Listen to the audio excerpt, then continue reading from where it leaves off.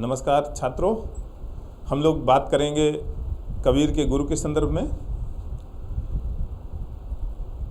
कहा जाता है कि कबीर गुरु रामानंद के पास गए और उन्होंने निवेदन किया कि मुझे अपना शिष्य बना लीजिए।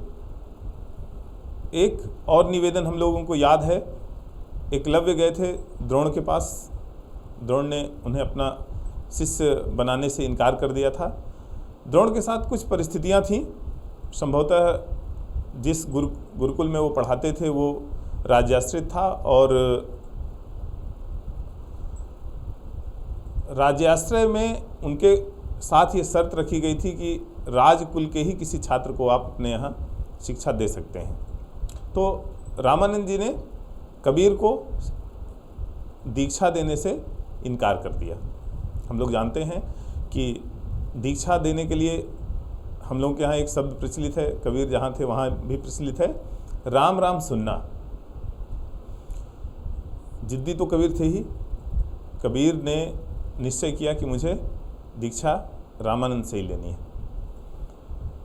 एक दिन कहते हैं कि उन्होंने उनकी दिनचर्या देखी कि वो कब जाते हैं, तो सुबह वो भोर में ही पूरा उजाला होने के पहले, सूर्योदय से पहले गंगा स्नान के लिए जाते थे। एक दिन कबीर उस रास्ते में सीढ़ी में लेटे हुए मिले और उनके ऊपर रामानंद का पैर पड़ा।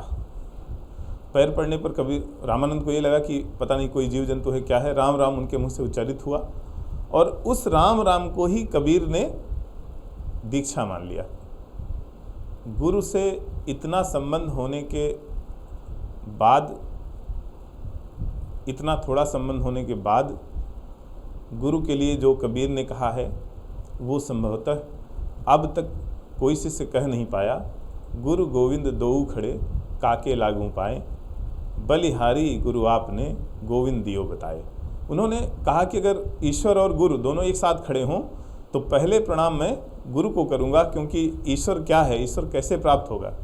अगर गुरु ये न बताते तो संभवतः मैं ईश्वर को प्राप्त नहीं कर सकता था, या कोई भी बिना गुरु के बताए हुए रास्ते पर चले ईश्वर को प्राप्त नहीं कर सकता। धन्यवाद।